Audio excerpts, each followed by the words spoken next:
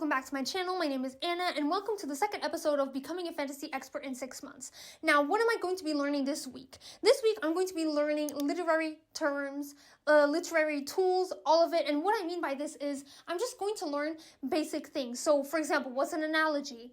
What is the conflict? What is the climax of a story? What's a metaphor? What is the anti-hero, antagonist, protagonist, all of these things? This is what I'm going to be learning. It's just these small terms that have a lot of impacts in fantasy literature and literature in general.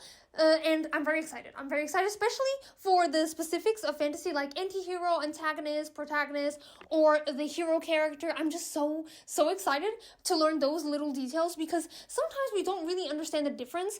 And sometimes it happens to me where I don't really understand the difference, especially between an anti-hero and a villain.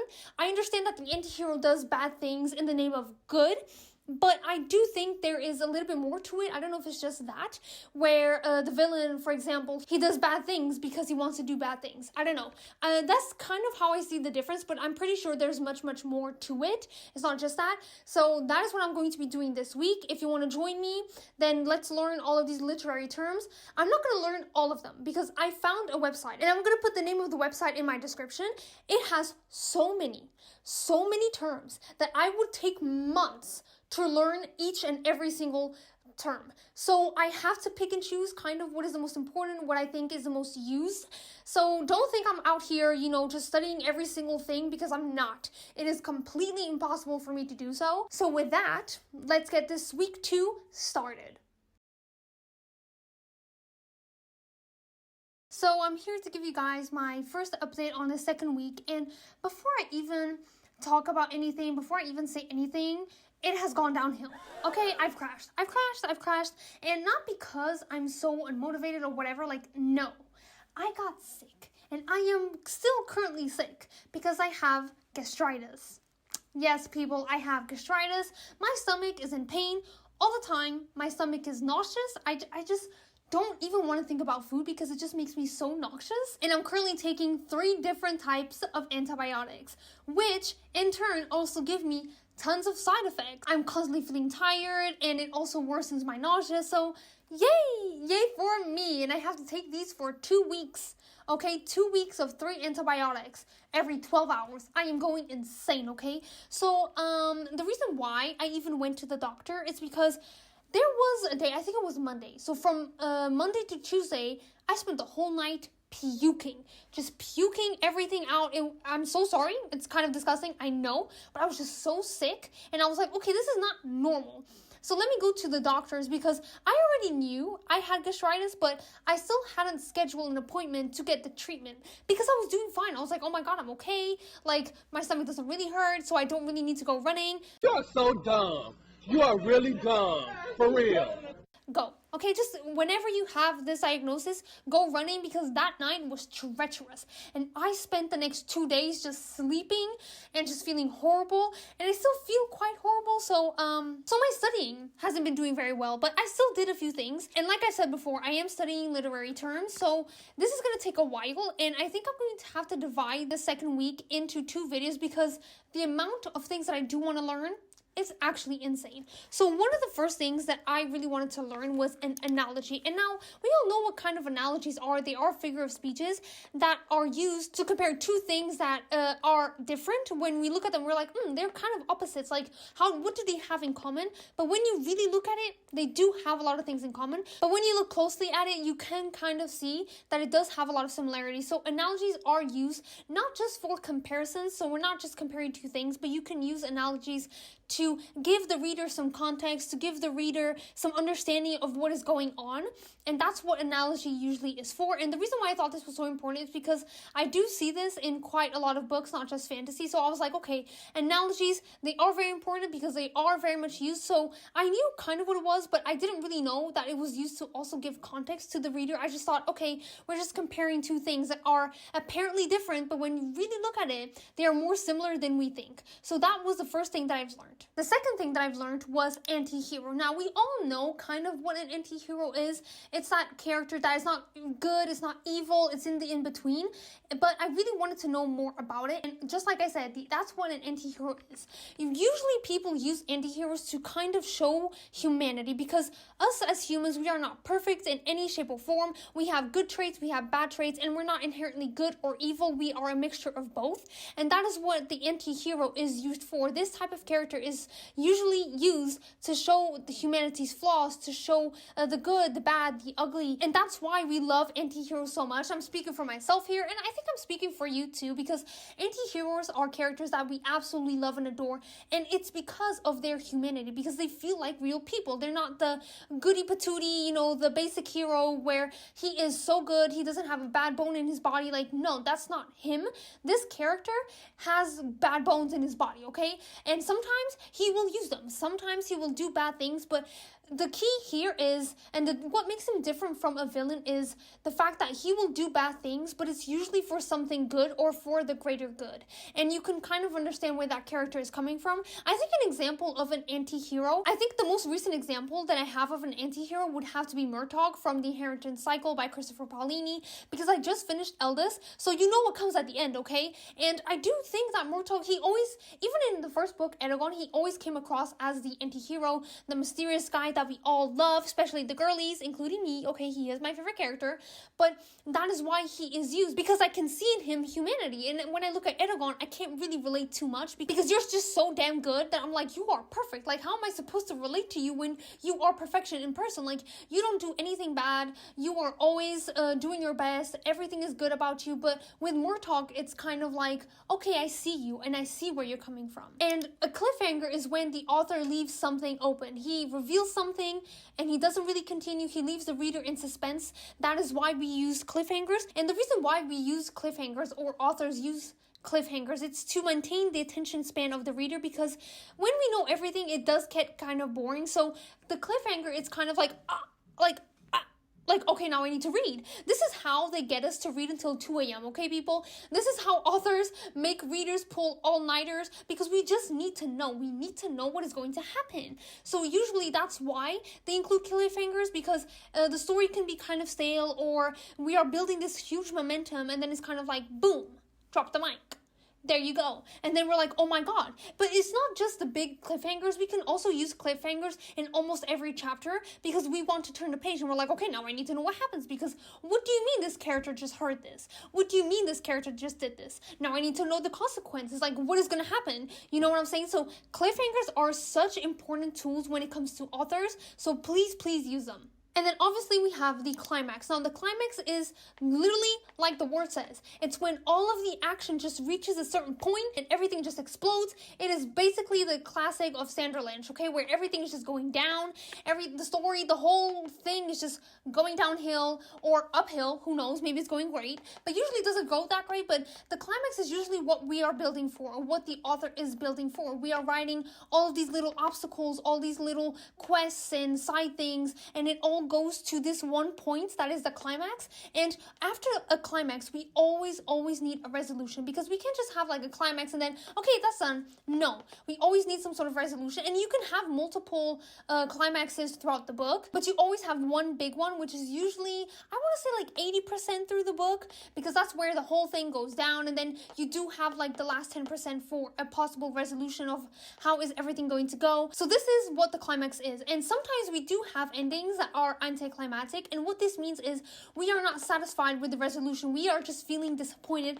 And I can think of one particular book that happened. I think it was Horrid. I remember reading this, I think it was 2022 in October, because you know, October, spooky reads, and I loved this cover, but the book, no, like the book already wasn't being that interesting, but I was getting so invested at the end, and it ended in such an anticlimactic way, because we don't know what the fuck happened.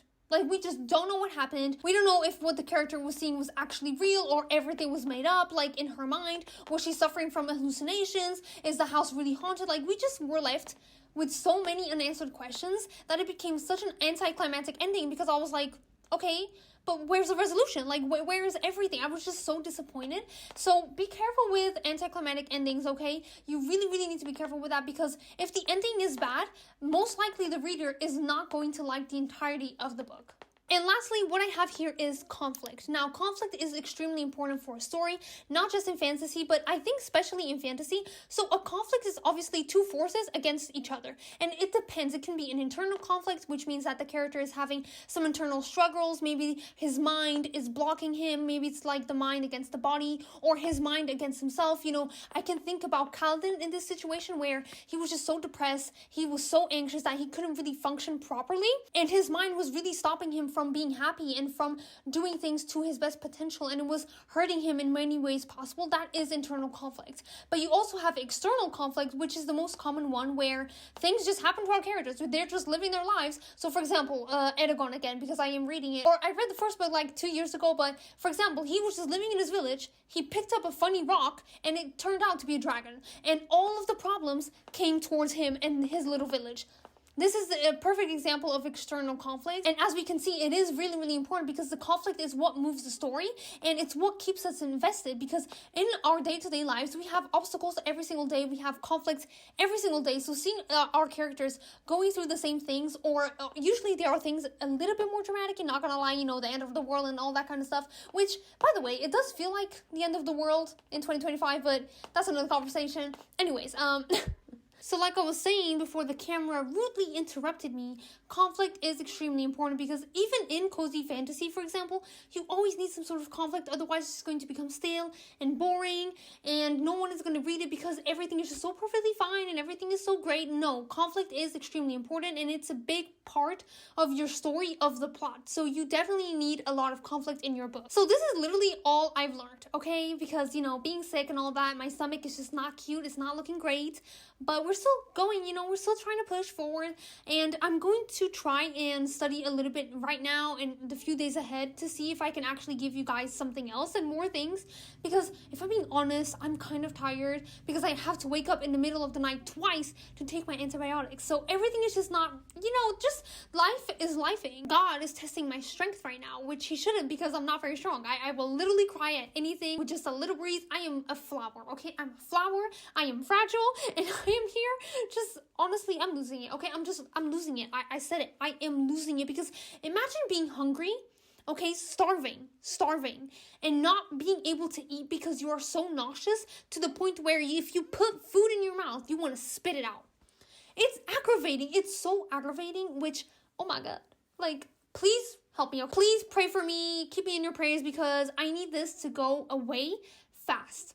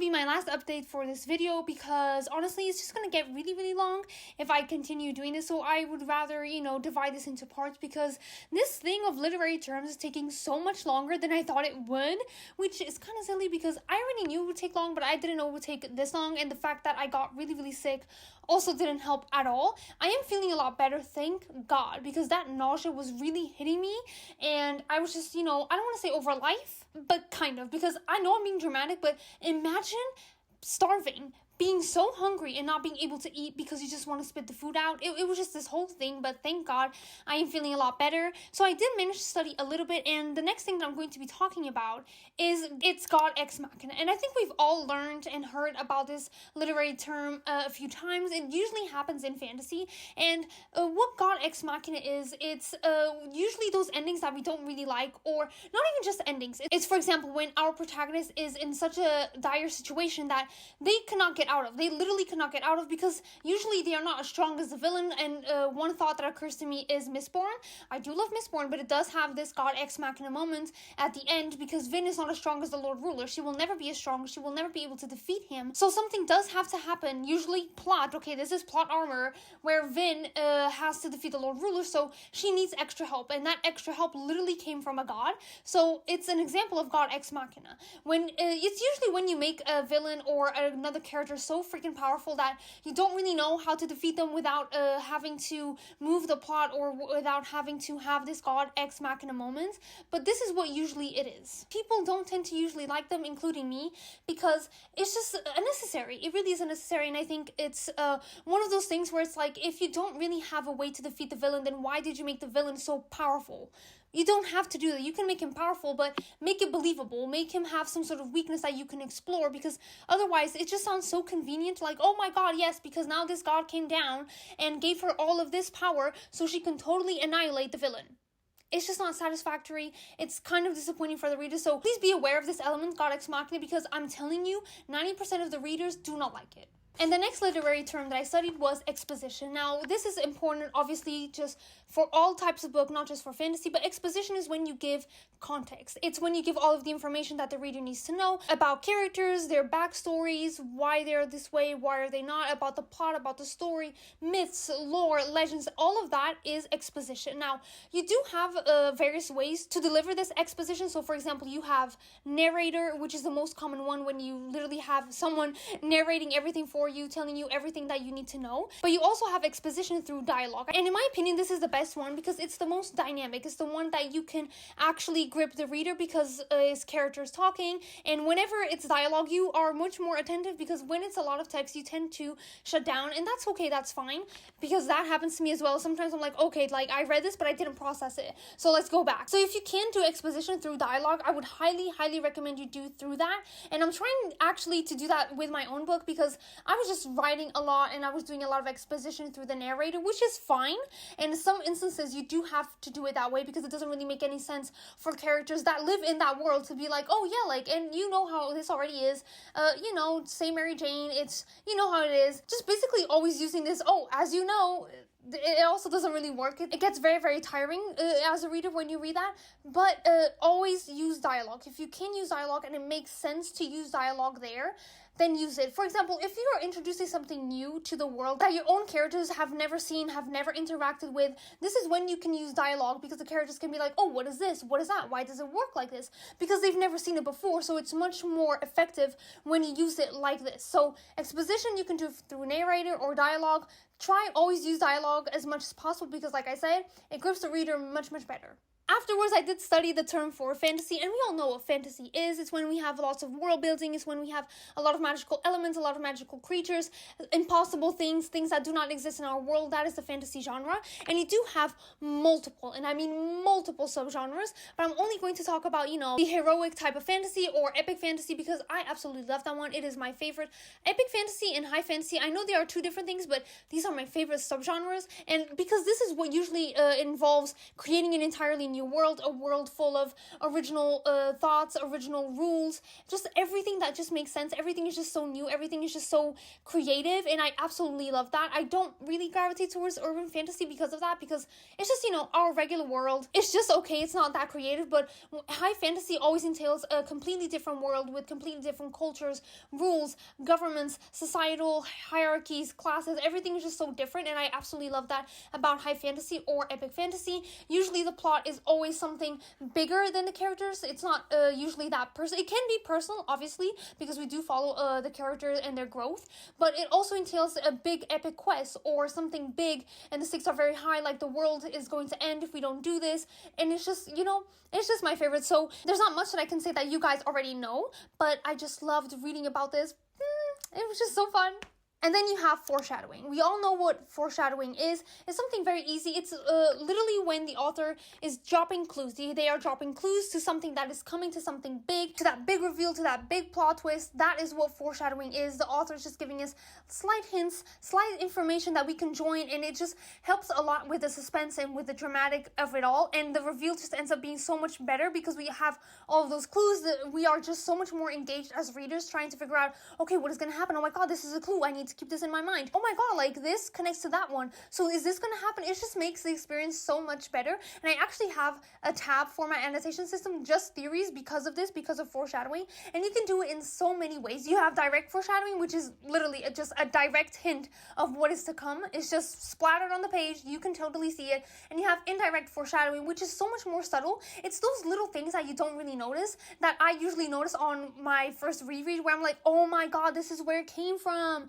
because it's just very subtle. The author doesn't really want you to know it yet. He doesn't want to, just splash it in your face. But foreshadowing is such a great tool to keep the readers engaged, to keep the suspense going, the drama of it all, and the plot twists are so much greater with foreshadowing. And lastly, we have the concept of a hero. Now we have a hero, in the classical sense and in the modern sense, because in the classical sense, the hero was the main character of the story, and he was perfection. He was perfect. He was such a good boy, such a good person with such a good character. He was brave. He helped others. He was the one that was always in the front line. He never had any flaws. He was just perfect. He was such a goody-tooty boy. He was the cutie pie. For example, the one that I remember the most, you can have Frodo, you can have, for example, Eragon. Like, he has no flaws whatsoever, or almost no flaws. He is just a perfect hero because he is selfless, he is brave, he doesn't mind going to the battlefield, he doesn't mind sacrificing himself, he's altruistic, he's all of those characteristics. But in the modern fantasy era that we are kind of in now, in my opinion, the hero is not as perfect. The hero always, or is usually always, battling with some sort of like not mental illness, that's not what I want to say, but like mental obstacles, mental challenges, because it's so hard being a hero, and it's so hard having all of that responsibility in your shoulders, or on your shoulders, on your shoulders, okay, that it really messes with you. It's something that really weighs on you, and the hero nowadays is much more of a realistic person, if I do say so myself, because you just have those obstacles and you have those issues that we all go through, because sometimes we have so much in our plate. And especially the heroes, because they are the main characters, they are the ones that are chosen, they are the ones that have to defend everyone and take care of everyone. Nobody's really asking if they're okay, if they're not okay, if they mind doing these things, and it's just so much more realistic in my opinion. But this is the difference between the classical hero and the modern hero. And with that, we have reached the end of this video. Just like I said, I'm going to come back next week with more literary terms.